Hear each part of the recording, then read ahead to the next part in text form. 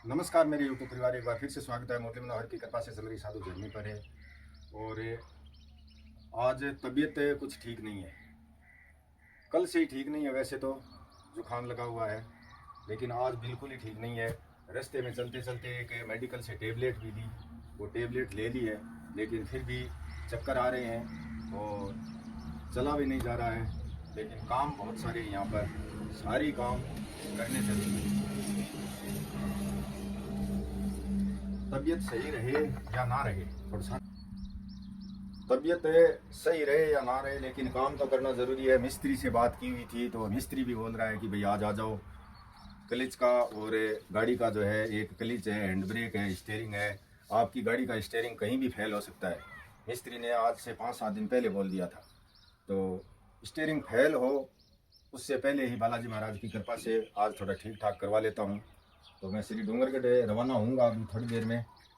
उससे पहले यहाँ साधु जर्नी में जो भी कार्य हैं वो मैं सारे आपको दिखा देता हूँ। सबसे पहले तो टीन शेड पर लेकर के चलूँगा आपको। टीन शेड मिस्त्री जी पूरा फाइनल नीचे का काम कंप्लीट करके, कैंचियों का काम कंप्लीट करके, पूरा एकदम फ्रेम 40x100 का बना करके और टीन चालू कर दिए हैं ऊपर रखना और ऊपर टीन लगा लगा करके स्क्रू कसना। ये कार्य उन्होंने प्रारंभ कर दिया है, तो वो भी मैं दिखाता हूँ। और मैं यही प्रार्थना करता हूँ बालाजी महाराज को, सन्यासी बाबा को, सन्यासी बाबा की सेना को प्रसाद चढ़ा करके और वो कार्य करवाया जाए, ताकि हमेशा यहाँ पर गायों की सेवा में कोई तरह की कोई बाधा नहीं आए। भाई लोगों के देखते हैं टीन से उड़ जाते हैं, लेकिन हमारे यहाँ साधु जर्नी में तो टीन सारे सुरक्षित हैं, कोई नहीं उड़ा है। आंधी तूफान जखेड़ा बहुत तरह का बाउंडर यहाँ पर आता है आंधी का, तो कोई टीन शेड भाई उड़ ना जाए।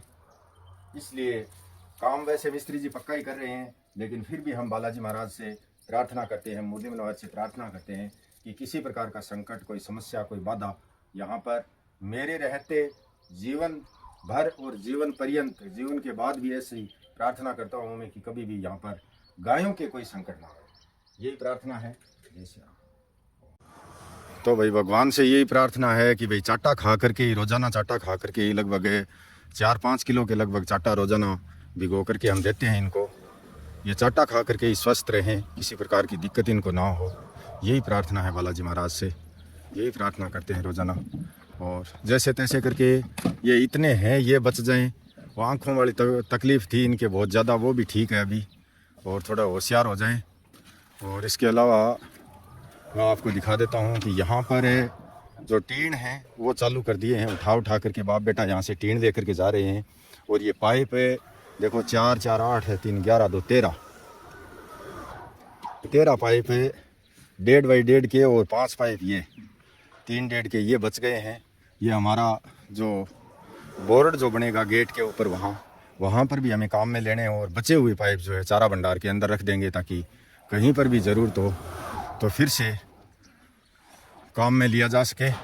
और ये देखो, ये कल शाम से ही चालू कर दिया है टीन ऊपर लगाना, और ऊपर मिस्त्री टीन कस रहा है। 3000 स्क्रू कसने के लिए लेकर के आए, तो एक भी स्क्रू उनमें से बचना नहीं चाहिए, सारे के सारे स्क्रू लगाने। राम राम मिस्त्री, राम राम। तो अभी आप देख रहे हैं, देखो चारा भंडार के साथ, चारा भंडार का जो फ्रेम बना हुआ है नीचे का, उस फ्रेम के साथ है मिस्त्री जी ने जॉइंट कर दिया है। इस फ्रेम को जॉइंट कर दिया है पूरी तरह से। और कोई भी मतलब आंधी तूफान जखेड़ा जो आता है, तो नीचे से हवा पूरी पास होगी। लगभग 1.5 फुट की, 2 फुट जगह है बीच में मिस्त्री जी। 2 फुट है, 2 फुट की जगह है, यानी 2 फुट का ये गैप जो रखा हुआ है दीवार के ऊपर है। ये गैप इसीलिए रखा था कि भाई चारा भंडार के अंदर हवा अगर भर जाती है तो भी इसके चारों तरफ निकल जाए। और इसी कारण से ये पूरा का पूरा गैप, आप कैंची देख रहे हैं, ये बीच की कैंची जो 2 पाइप लगे हैं, इससे इन कैंचियों को, 8 कैंचियों को जॉइंट अपने आप मतलब इनको काबू कर दिया है। और चारा भंडार की जो कैंचियाँ हैं उनके साथ भी इनको काबू कर दिया है। ये इस प्रकार से सेटिंग, वो कहते हैं ना, देर आए दुरुस्त आए। टाइम चाहे लगा तो लगा, लेकिन काम यहाँ पर है। जो भी होगा वो आप देख रहे हैं एकदम 100% है। आपको देखकर संतुष्टि होगी। ऐसा नहीं है कि भाई ऐसे ही फॉर्मेलिटी पूरी कर दी। तो समय लगा, ये एक अलग बात है। समय लगने के बहुत सारे कारण हो सकते हैं, लेकिन टीन शेड में किसी भी प्रकार की मुझे भाई कोई कमी नहीं दिख रही है। आपको अगर कोई कमी दिखाई दे तो आप ज़रूर कमेंट करके बताना वीडियो में। इस प्रकार से देखो लगे हुए हैं, बाप बेटा तीनों ही आए हुए हैं। हाँ भाई, और ये देखो टैंड एक एक जैसे जैसे, यानी 2 टैंड में वहाँ पूरा गैप आ रही है, तो 20-40 फुट 2 टैंड में पूरा आ रही है। देख रहे हैं ये देखो कसिया हमें 2 गांव से लेकर के आए, नया फ्रेश। और इन कसियों को भी मिस्त्री जी ठीक ठाक करेंगे, कोई बेल्ट वाल्ट कर करके। और कल दिखाऊंगा मैं टीन शेड आपको ऊपर का, क्योंकि आज जितने भी टीन हैं, आप बाकी टीन जो देख रहे हैं, ये टीन सारे के सारे, अभी तो इन्होंने 16 टीन लगाए हैं ऊपर। अभी भी मतलब 34 टेन बाकी हैं, कितने 50 टेन लेकर के आए थे। तो ये सारे के सारे टेन हैं, ये सेट कर लेते हैं ऊपर, स्क्रू कस करके तैयार कर लेते हैं।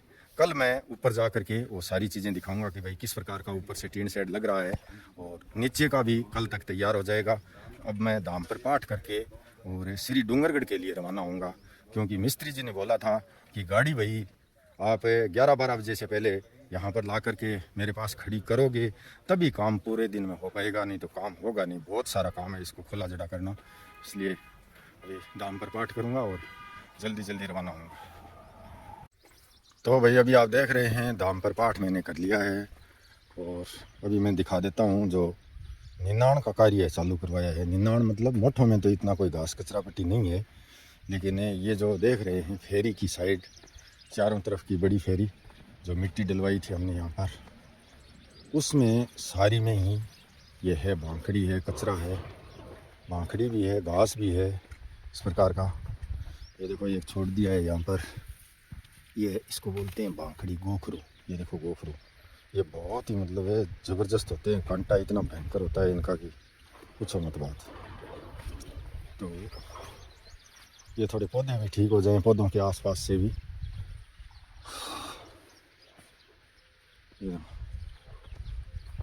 अठे एक एक जाड़ो घास गो नरू, ओ मिस्त्री ना 1 मिनट ना, ओ जाड़ो तो छोड़ो मत। तो आप ये जो घास देख रहे हैं, ये घास बहुत ही खुश होकर के खाती है।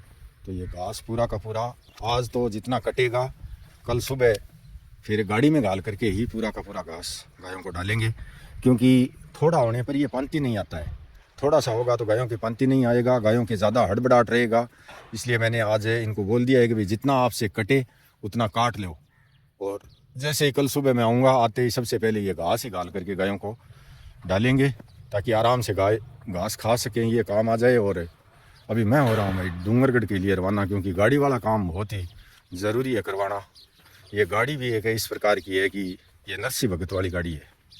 ये कितनी भी समस्या आए, कुछ भी हो जाए, लेकिन मेरे को मंजिल तक, गंतव्य स्थान तक पहुँचा ही देती है। ये देखो बेल काटनी नहीं है, ये बोल दिया है मैंने इनको कि भाई बेल चाहे कितनी भी बड़ी हो, चाहे फेरी के अंदर हो, लेकिन बेल नहीं काटनी है। बाकी कचरा पट्टी ज़रूरी है काटनी। और चुग्गा हमने यहाँ डाल दिया है, चुग्गा क्षेत्र में, चुग्गा क्षेत्र साफ भी कर दिया है। और पक्षी यहाँ पर लगातार पूरे दिन लगे रहते हैं, क्योंकि पक्षियों के लिए तो ये जो पेड़ जैसे जैसे बढ़ रहे हैं वैसे वैसे इनको मौज लग गई है। चिड़िया तो हज़ारों की संख्या में रहती है इन पेड़ों में, क्योंकि चिड़िया के लिए तो ये बहुत ही बढ़िया हो गए हैं। देखो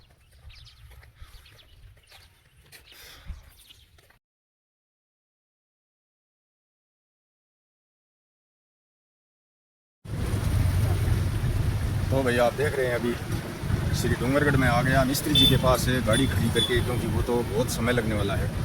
तो किसी से एक बाइक पकड़ करके बाइक लेकर के आया हूँ, वैसे ही मतलब मैं जा कर के आता हूँ। थोड़ा बैंकों का स्टेटमेंट भी लेना था, और एक बैंक का काम तो कर लिया है यहाँ पर।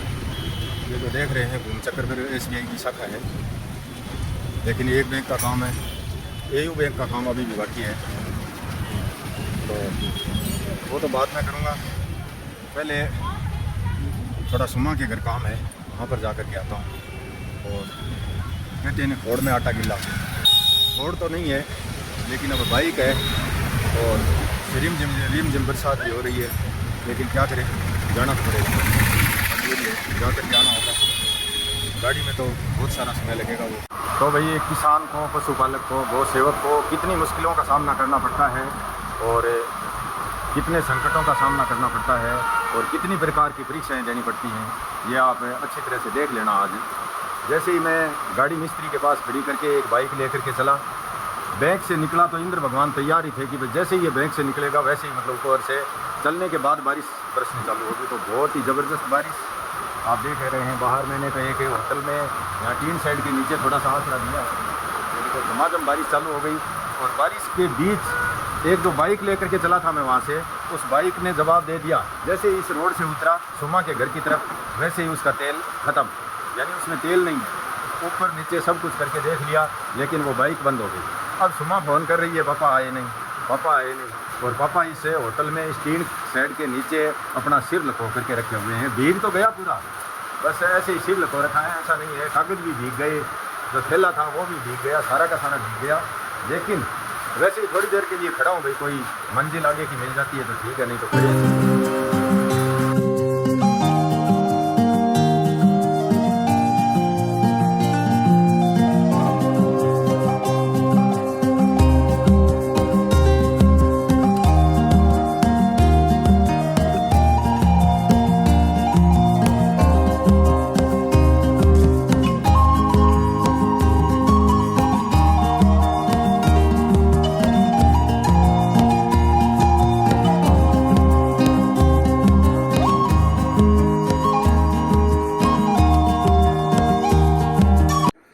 तो भाई तबीयत तो वैसे ही सुबह से ठीक नहीं थी, कल से ही ठीक नहीं थी, लेकिन क्या करें, काम तो करना ही पड़ेगा, मजबूरी है।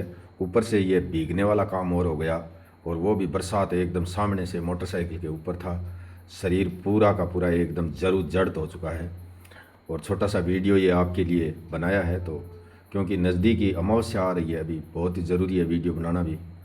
तो आप वीडियो को पूरा देखें और मेरे व्हाट्सएप नंबर पर मैसेज करते रहें 70 14 75 77 62 पर। जय श्री राम, धन्यवाद, बहुत बहुत आभार।